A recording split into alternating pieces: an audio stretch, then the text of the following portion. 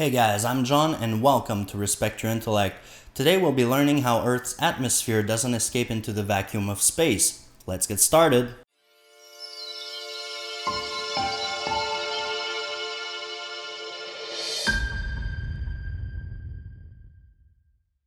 Alright, so in order to get a better understanding of how space works, let's start with a very basic scenario and go from there. Let's first imagine that we're a single molecule floating in space at a constant speed. What do you think will happen to us as time passes? Well, the answer to that is absolutely nothing, because space itself is just nothingness and doesn't exert any force on us at all. We'll just continue in that same direction at the same speed until a force starts acting on us to either change our path or our velocity. Now let's imagine that we eventually encounter the force of gravity created by a nearby star. Our path will shift towards the star and we might encounter a whole cloud of molecules just like us that were simply traveling and eventually got deviated just like we did. Now together we're all forming a big cloud of gas out in space where we're all still floating individually but closer together. This is when things start being interesting as we start sticking to each other with the electrostatic energy we create in the same way as clouds. Eventually we clump up and stick together like the static you sometimes get on your shirt that raises the hair on your arm. With all this clumping up happening and the violent thunderstorms we all create in the cloud of gas,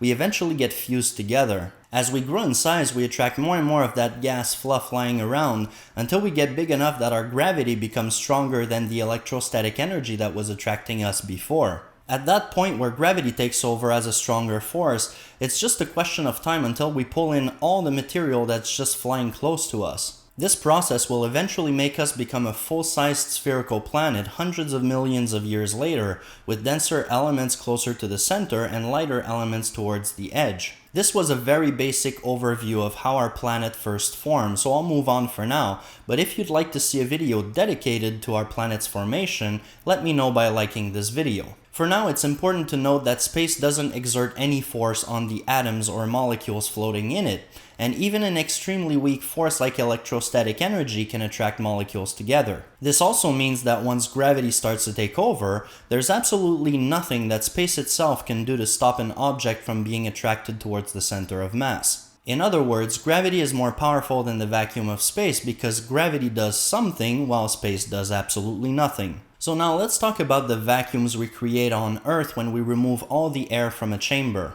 First, let's imagine that we have a chamber with pressure like this animation right here. We'll have molecules bumping into each other and bumping into the walls of the chamber. The more molecules there are in a certain volume, the more pressure there will be because more bumping will be happening. The same also goes for temperature, where the hotter a gas is, the more pressure there will be because the molecules are moving faster. So now let's imagine that we have a chamber with pressure like we just saw and we put it right next to a chamber where we sucked all the air out, creating a vacuum. Now as we remove the wall in the middle, all the pressure from the pressurized side will spread very quickly to occupy all the space that's newly available. A very common misconception here is that the vacuum is sucking the air into it like a vacuum cleaner, but that's really not what's happening. What's really happening is that all the bumping we had in the pressurized chamber now has twice as much volume or twice as much space that it can suddenly occupy. So this will result in a drop of half the pressure since there are now less collisions happening thanks to the larger space. On Earth, we have an air pressure gradient in our atmosphere where we have higher pressure near the ground and we have less and less pressure as we gain altitude.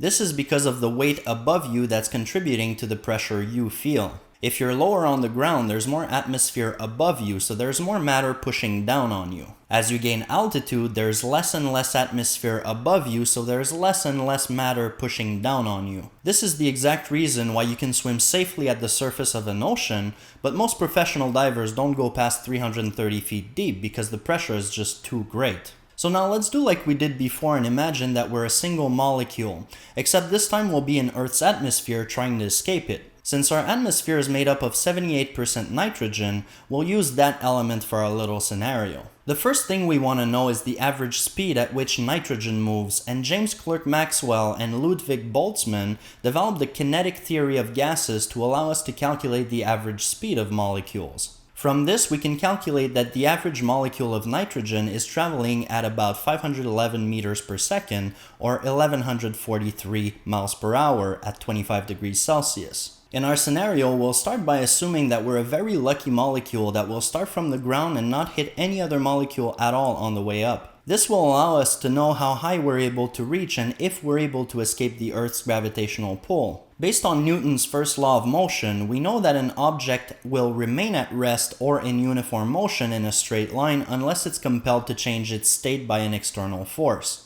For us, as a lone traveling molecule, there's only one force acting on us, and that's gravity. On Earth, gravity has a force of 9.8 meters per second squared. This gives us a total height of 13,322.5 meters, or 43,709 feet, which is just a bit higher than the altitude of commercial planes. At that height, our velocity reaches zero, and we begin to fall towards the Earth again in the same amount of time it took us to go up. The end result here is that we failed to escape Earth's gravity. So now let's see how fast we would have needed to go to be able to escape Earth's gravity instead of falling back down. The term for this is escape velocity, and it's the concept of how fast an object has to travel with only gravity as its decelerant to escape and wander off into space. As you get further and further away from the center of mass of the Earth, gravity will also have less and less effect, so this has to be figured into the equation. Thankfully, we have this simple equation right here that we can use. This calculation gives us an escape velocity of 11,186 meters per second,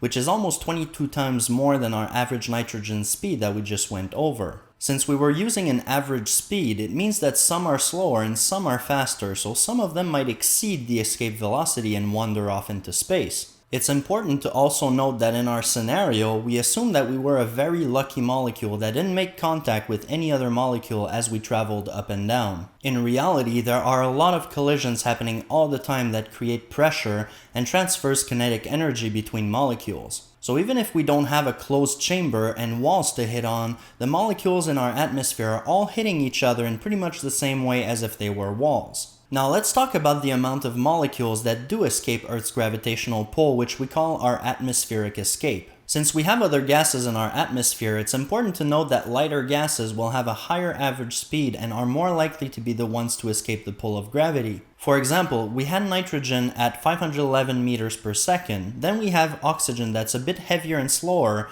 and clocks in at around 480 meters per second, and hydrogen is the lightest and fastest and clocks in at 1920 meters per second. So as far as the escaping goes, it's the lighter gases like hydrogen and helium that are more likely to escape into space, and we currently lose about 90 tons of atmosphere per day. Although this number looks large, we have about 5 quadrillion tons of atmosphere on Earth, so 90 tons is very small in comparison. For example, if nothing created new gases and we just lost atmosphere at this rate, it would take over 150 billion years to lose it all. That's about 11 times the current age of the entire universe, so there's nothing to be alarmed about when it comes to our atmospheric escape. Another thing that's worth noting when it comes to the atmospheric escape is Earth's magnetic field. Because of it, we're able to deflect the charged particles that we receive from the sun, otherwise known as solar wind, before they have a chance to interact with our atmosphere. If we didn't have the magnetic field, these charged particles from the sun would bump into the molecules at the top of our atmosphere with incredible speed. This speed, or kinetic energy, would then transfer to the molecules of our atmosphere